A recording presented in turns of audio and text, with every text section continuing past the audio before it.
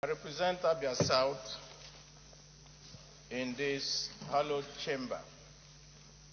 Mr. President, I need to thank you first by ensuring and making sure that you worked with us to put security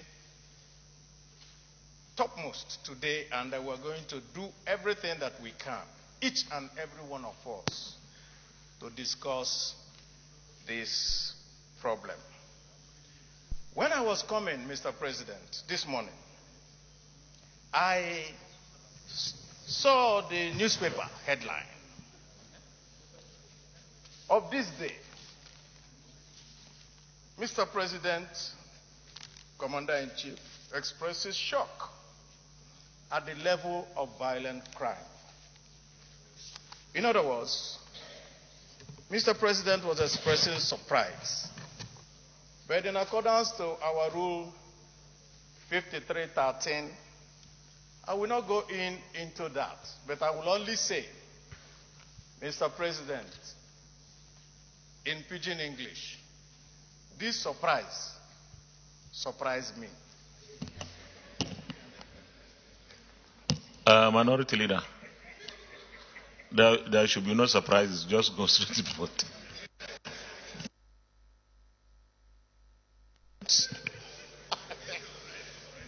You have told us that on this solemn day that we're discussing this matter, that we may not at any point be partisan. And I want to tell you, Mr. President, if you didn't insist that we will not be partisan, I would have called out the presidential spokesman, Femi Adesina, who, when the CAN leaders complained about the killing of a priest, he turned around and said that the CAN was acting like a political party. Now that we are talking about it here, let me hear him say that all of us are acting like a political party when somebody is complaining about these incessant deaths in this country. Mr. President, because we have to get to the root of this matter, I can only say one thing. Those who live by propaganda will die by propaganda. Minority Leader, I really don't like what I'm doing, but I'm forced to. The issue before us and what concerns every single Nigerian today is the insecurity that is so pervasive. So I will still urge you that please, let's contribute in such a manner that we're able to get solutions. I'm not saying you cannot say what you want to say, but let's get solutions. What is the way forward? Because we need to take very urgent and immediate decisions and get across to the other side. So you may continue. In fact, you have 2 more minutes. No, you can still. Anyway, this is a minority leader, so there is a discount for him. Go ahead, minority leader. Mr. President, we are very serious here. This is a matter of life and death. And I was building up to something. And I will say what I was building up to very simply. Boko Haram has been defeated. Nigeria is now safer. Everything was being done to make sure that the hard work that was supposed to be done in securing Nigeria was not done, because certain people did not do their work and preferred to cover the eyes of Nigerians with propaganda. That's why I said that at the beginning. But let me go on, Mr. President, to say this. All the time that we wasted in Nigeria trying to find all these excuses for non-performance has now come to stare us in the face. Reality is no respecter of persons. And it is the reality that we are facing now. Senator Sani Musa shouting every day that his people were being killed in Niger.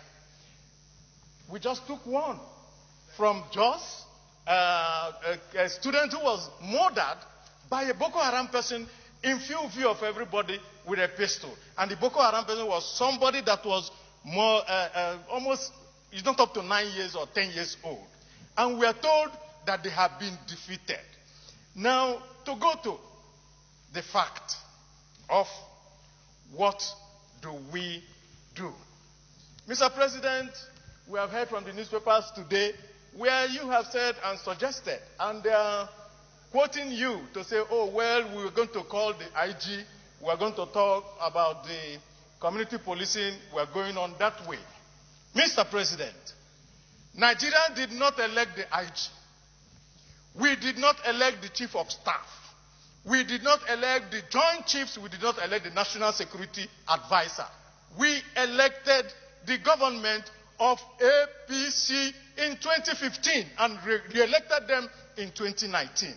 The reason why we re-elected them was that they continued to tell us that because they had the key to security, and the whole Nigeria voted them in 2015, and I agree with that. And I'm saying, Mr. President, when you want to deal with a matter, you go to the head. So we will go to the government and ask this government to resign because they can no longer do anything in this country. Mr.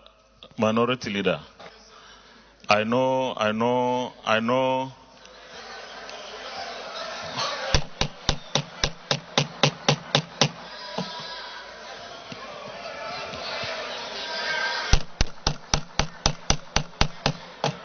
Okay.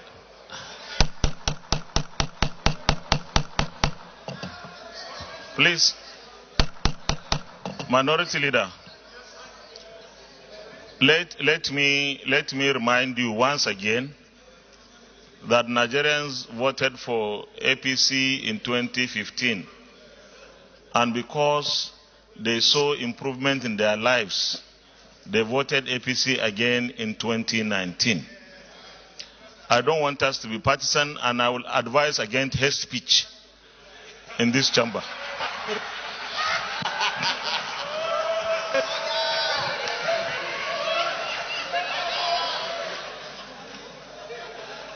Mr. President, in conclusion,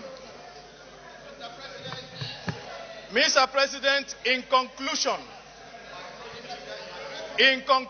Mr. President, Mr. President, I need your attention. Mr. President, in conclusion, yes, Nigerians voted a government into power. And that government even said, if we don't perform, stone us. We are going with the stones to stone them now because they are no longer.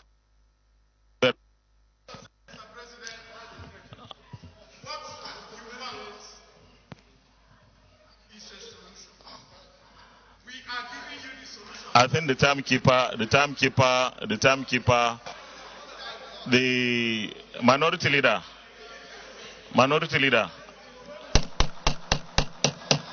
distinguished colleagues, the situation in this country is such a serious situation that our debate should be tailored towards ensuring that we are able to get solutions.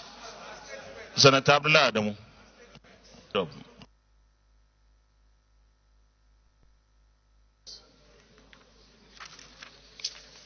I am Senator Abdullah Adamu, and I represent Nasarawa West in the Senate of the Republic. I want to identify myself in body and in spirit with the motion in debate. There is no doubting the fact, Mr. President, that we do face security challenges in the country. Anybody who says otherwise is only pretending. But the fact that we have security challenges and the fact that we are in a democratic dispensation and the fact that in the National Assembly, on the floor of this hollow chambers, we enjoy some immunity.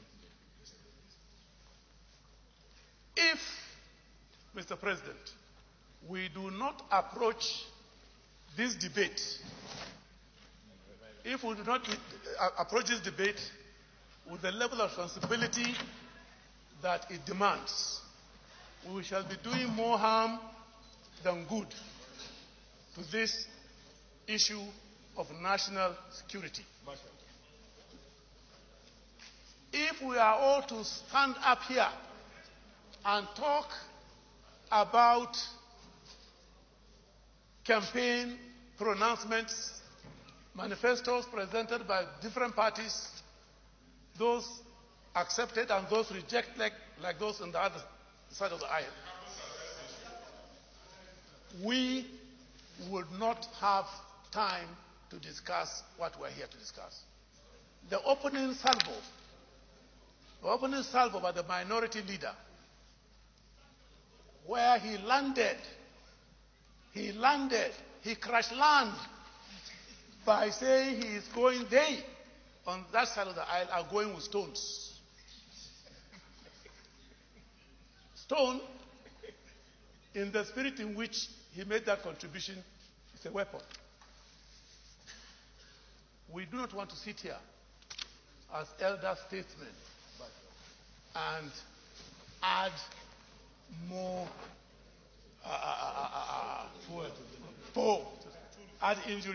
insult to injury.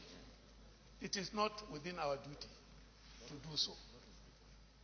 And I would have wished the Senate President not only telling the minority leader that he's used his time allotted for this discussion, but I should have called him to withdraw those statements that he made. As a respect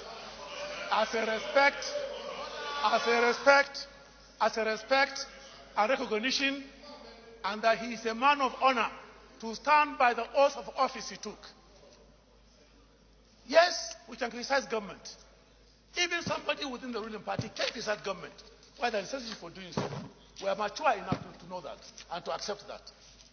But when people become negative and extraordinarily partisan and say we should not be partisan in our discussion, after throwing his salvos, he said you should throw none at them.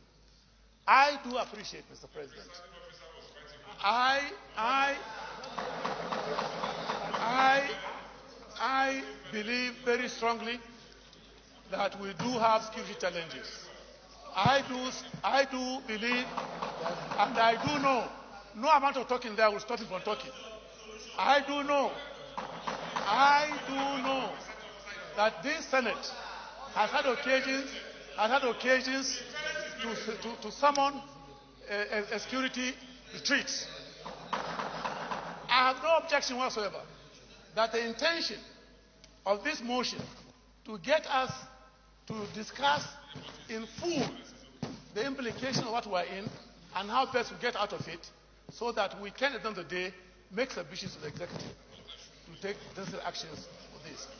But for us to sit and talk as if nothing is happening, as if government is doing nothing, does not help the situation we are in. I believe that if government agencies have not been able to get us to the promised land, we should try to go into the nitty-gritties of what is their problem. How do we help to resolve those problems as Parliament, instead of just outright condemnation and seeing nothing good and wanting to throw a baby with the dirty water? I believe that the debate is well-founded, the motion is well-founded, I support it, and I do want to appeal to our very dear colleagues that we restrict ourselves to what will help the nation and not what will divide the nation. Thank you very much. Say this, and it's an appeal. This is the Senate of the Federal Republic of Nigeria. People are losing their lives. Nobody is happy. No matter what, we are going to debate this motion. Because it's our responsibility. We owe Nigerians to discuss this, debate it, come up with the solutions. So please, distinguished colleagues, we may have different platforms, but we should remember that what we're discussing is Nigeria.